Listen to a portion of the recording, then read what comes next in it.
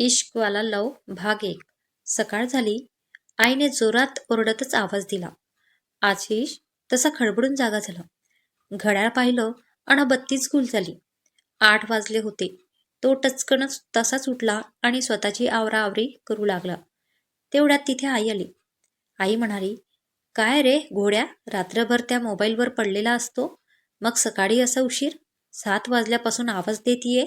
चांगला आता 20-21 वर्षाचा झालाय की, तरी अजून आहे तसाच कुंभकर्ण कुठला. जा आता आवर पटापट. आणि सेमिनार आहे ना तुझं, 9 वाजता पोचायचंय ना तुला? अजून विशालच्या घरी जायचं असेल. उरका महाराज. आशिष म्हणाला, ए आई गप ग, उशीर झालाय. तुझं लेक्चर मला घरी आल्यावर दे. आई म्हणाली, आंघोळ कर आणि नाश्ता करून घे. आशिष म्हणाला, नको गाई, उशीर झालाय राव. कॅन्टीनमध्ये खातो ना आज, प्लीज. आई म्हणाली, मर मेल्या, कॅन्टीनचंच खाऊन. असं म्हणून आई किचनमध्ये निघून गेली. आशिषने फोन पाहिला तर विशालचे 8 मिस कॉल येऊन गेले होते. सीटीआर. आज विशा पण शिव्या घालणच. आणि ते देशपांडे मास्तर सर तर सोडायचंच पण नाही. जाऊ दे, जे होईल ते होईल, असं म्हणून आशिष आंघोळ करायला निघून गेला. आवरून झाल्यावर त्याने विशालला फोन लावला. विशाल म्हणाला, काय बे, किती कॉल केले तुला? साल्या कुंभकर्णच आहे तू राव. आशिष म्हणाला, सॉरी ना विशा डार्लिंग, तू ओळखतोस ना मला? नाही, झोप आवरत रे. विशाल म्हणाला, हा ना, म्हणूनच काल सांगितलं होतं मी लवकर झोप, नको गेम खेळत बसू. पण तू काय ऐकणार नाही ना. जा आता एकटाच सेमिनारला, मी नाही येणार. रोज लेक्चरला लेट असतेच, पण मागच्याच लेक्चरला देशपांडेंनी वॉर्निंग दिली होती, लेट या तुम्ही मग सांगतो म्हणून. जा आता तूच. आशिष म्हणाला, काय राव विशा, हीच का आपली दोस्ती? 5वी पासून एकत्र आहोत आपण राव. चल ना डार्लिंग. बोर होतं राव तू नसला की. चल की.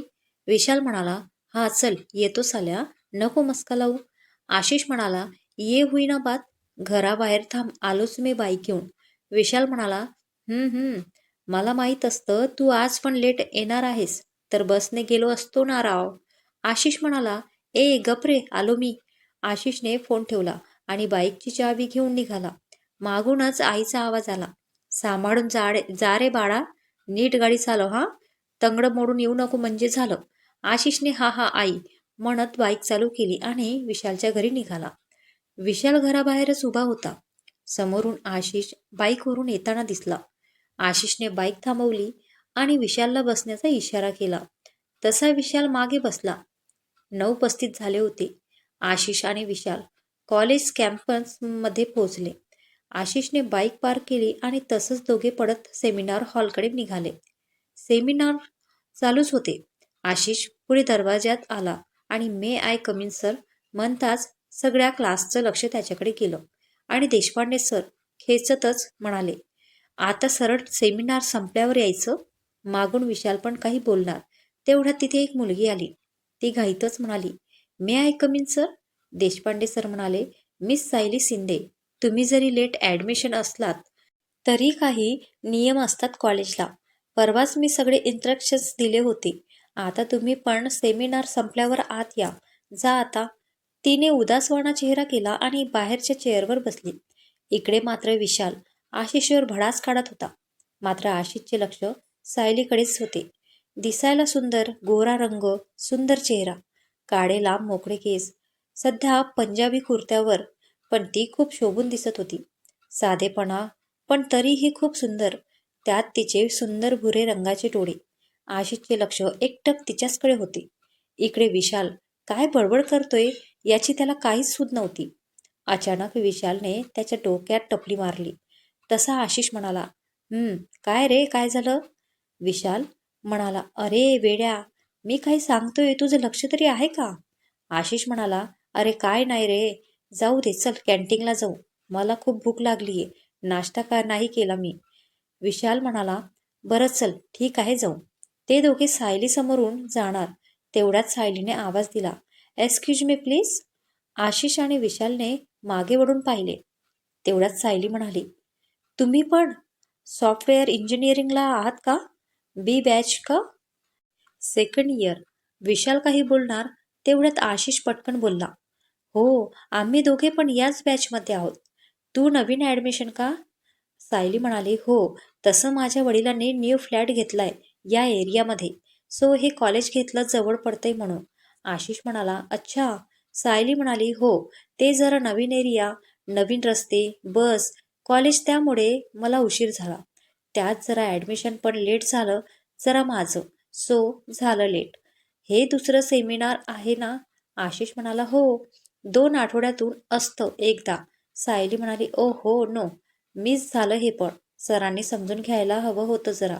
तेवढ्यात विशाल बोलला, ते टकलं होय. ते आहेच पहिल्यापासूनच खडूस.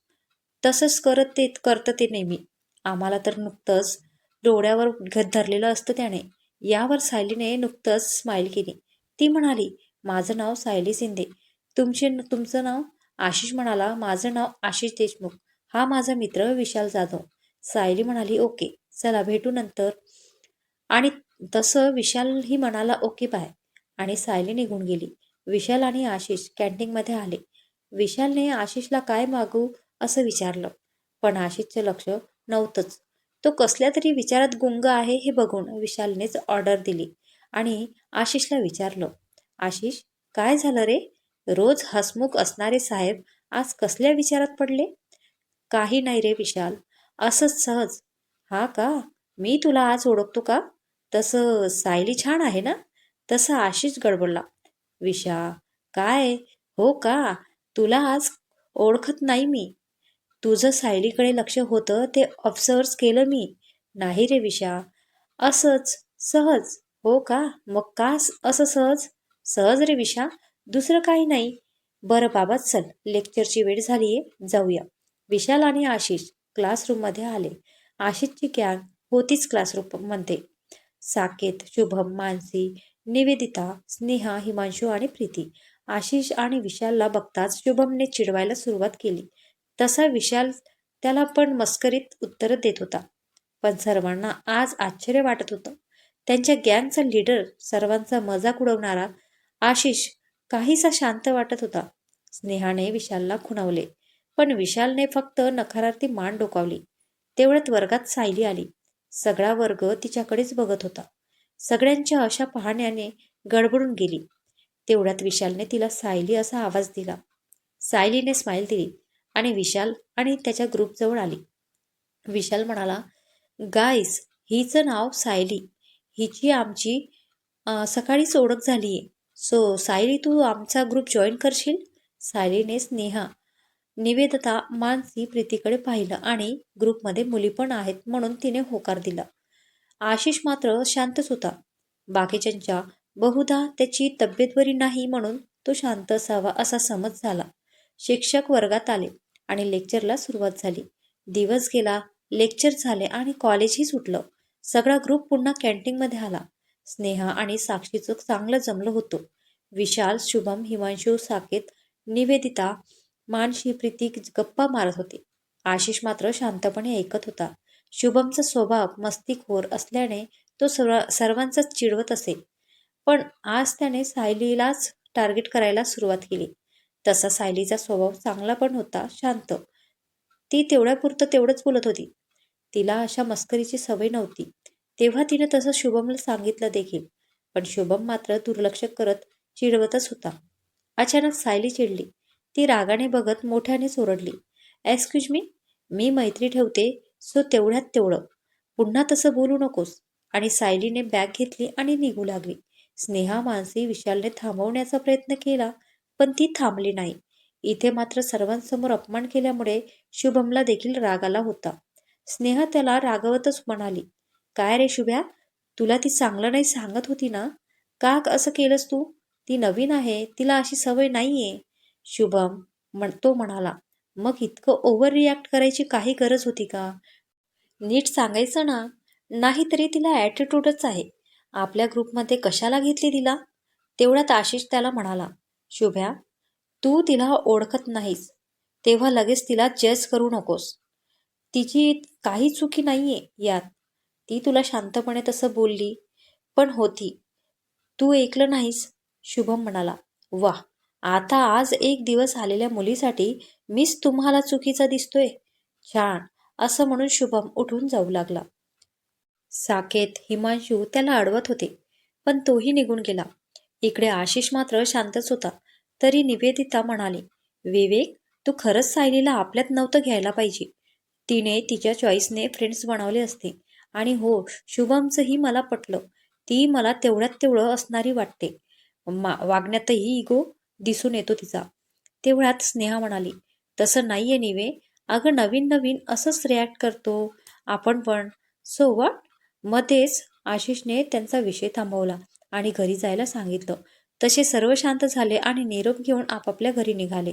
आशिष, विशाल हे एकाच एरियामध्ये राहत असल्याने ते एकत्रच येत जात होते. आशिषने बाईक चालू केली आणि विशाल मागे बसला. आशिषने विशालला घरी सोडले आणि घरी निघून आला. आशिष घरी आला तसं जरा शांतच होता. बेडरूममध्ये जाऊन बसला. आई त्याला आवाज मारतीये, पण त्याला कसलीच सुद्धा नव्हती. तेवढ्यात त्याला डोक्यात टपली पडली. त्याने मागे पाहिलं तर त्याची बहीण अनु होती. ती बोलली, भैया काय झालं रे? काय तब्येत बरी नाही का? काय ग अनु, आज मस्ती नाही, काही नाही तुझी. बोलला नाहीस काही? आई तुला आवाज मारत होती. अगं काही नाही ग, दमलोय आज आणि माझं लक्ष पण नव्हतं. बरं बरं चल, आई जेवायला बोलवतीये. जेवण झाल्यावर आशिषने व्हॉट्सअप ओपन केलं. विशालचे मेसेज पडले होते. हाय आशिष. विशाल ऑनलाईन होता तेव्हा आशिषने चॅटिंगला सुरुवात केली. हाय विशा, बोल. आशिष, काय झालं आज तुला? काही नाही रे भावड्या. हो का? आता मी नावाचंच मित्र ना? अरे असं काही नाही रे विशा. हो मला माहीत आहे रे. आज शायलीला पाहून तनूची आठवण आली ना? मेसेज सीन झाला, पण 5 मिनिटांनी आशिषचा रिप्लाय आला. हो हो, ते समजलंच मला. मित्राहून जास्त भाऊ आहे तुझा मी. ते मला दुपारीच समजलं. तिला पाहून 2 मिनिटांसाठी मला पण तनूच आहे की काय असं वाटलं. कारण तन्नूकडे पण सेम असाच एक ड्रेस होता आणि तिची हेअरस्टाईल पण सेम. हो रे विशा, म्हणूनच तिला बघून मला त्या नको असलेल्या आठवणी आठवल्या. खूप मुश्किलने मूव्ह ऑन झालो होतो यार. पण आज पुन्हा तो भूतकाळ जरासा समोर आला. अरे आशिष, यात सायलीची काहीच चूक नाहीये. पण तुझ्यासाठी मी तिला काढून टाकतो ग्रुपमधून. तसं पण शुभमला पण ती खटकलीये. अरे नको रे, यात तिची काही चूक नाहीये. राहील शुभमचा प्रश्न, तर यात त्याची चूक होती. तिला उद्या आपल्या ग्रुपमध्ये राहू वाटलं तर ठीक, नाही तर ती स्वतः दुसरे फ्रेंड सर्कल जॉईन करेल. तू नको काही करू. ओके आशिष, बरं मी नाही लक्ष देत. कल से मैं नॉर्मल. ओके, ये हुई ना बात. झोप आता, भेटूया उद्या. Good night. Good night bro. दुसऱ्या दिवशी कॉलेजमध्ये क्लासरूममध्ये गँग गप्पा मारत होती. तेवढ्यात आशिष आणि विशाल तिथे आले. आज आशिष नेहमी सारखा हसून खेळून वागत होता. छान गप्पा चालल्या होत्या. तेवढ्यात सायली वर्गात आली. तिला पाहून स्नेहाने तिला हात केला. ती तिथे आला. सर्वजण जरा शांतच झाले. तिने एक वार सर्वांकडे पाहिलं आणि शुभमला म्हणाली, I am really sorry Shubham. मला असं रिॲक्ट नव्हतं व्हायला पाहिजे. सॉरी. तसं शुभम. तो म्हणाला आणि विशालने त्याला इशारा केला आणि स्नेहाने डोळे वाटारले. तोही म्हणाला, मी पण सॉरी सायली. मला समजवायला पाहिजे होतं तुला, याची सवय नाही. इट्स ओके म्हणत सायलीने स्माईल केली आणि सर्वांच्या गप्पा सुरू झाल्या. व्हॉट्सअप ग्रुपमध्ये स्नेहाने सायलीला ॲड केलं. सगळा ग्रुप आता छान सेट झाला होता. मजा मस्ती धमाल गप्पा अभ्यास. सायलीला कॉलेज आणि ग्रुपमध्ये येऊन 20 दिवस झाले होते. तीही ग्रुपमध्ये छान रोडली होती. सर्वांशी तिची छान मैत्री झाली होती. पण आशिष मात्र तिच्याशी तेवढ्यात तेवढं बोलत असे. तीही स्वतःहून मुलांशी फार काही बोलत नसे. एकदा असंच सगळे कॉलेजच्या कॅम्पसमध्ये बसले होते. असंच निवेदिता ती म्हणाली, यार, लेक्चरचं आज होणार नाहीये. चला ना काहीतरी गेम खेळू. मानशी, तुझं काय लहान मुलांसारखं मध्येच? सगळे हसायला लागले. निवेदिता, चला ना यार, एक काम करू. ट्रूथवाली बॉटल गेम खेळू. हिमांशू, काय हे? काही ह्या विवेक, चालते खेळू की. त्यात काय एवढं, आपापल्या एकमेकांबद्दल माहीत आहेच की सगळं. स्नेहा म्हणाली, हो खेळू. साकेत आणि शुभम नेही होकार दिला. तसं निवेदिताने बॉटल काढली आणि रिकाम्या कट्ट्यावर आडवी ठेवत बोलली, नो चिटिंग हा. जे काम सांगितले ते करायचं. किंवा जे विचारलंय ते खरं खरंच सांगायचं. सगळे हो बोलले. तसे तिने बॉटल फिरवायला सुरुवात केली. एकावर एक बॉटल येत गेली. सगळे आपले काही विचारलेल्या प्रश्नांची उत्तरे देत होते. तसं साकेतचा डाव झाल्यावर साकेतने बॉटल फिरवली आणि आता हा डाव सायलीचाच होता. तेव्हा प्रीतीने तिला प्रश्न केला, सायली, तुझी लव्ह स्टोरी सांग. तू प्रेमात पडली होतीस का? सायली अचानक शांत झाली. तिच्या चेहऱ्यावरचा बदल आशिषच्या नजरेतून सुटला नाही. पण तिने पुढे जे उत्तर दिलं ते ऐकून सगळे अवाक झाले. सायलीचं प्रेम कोणावर होतं आणि आशिषचं नाव त्यात का आलं, हे सगळं जाणून घेण्यासाठी पुढील भाग नक्की वाचा. ही स्टोरी तुम्हाला आवडली असेल तर लाईक करा, चॅनलला सबस्क्राईब करा आणि कमेंटमध्ये नक्की सांगा सायलीने खरं सांगितलं असेल का. पुढील भागासाठी तयार राहा. भेटूया पुढील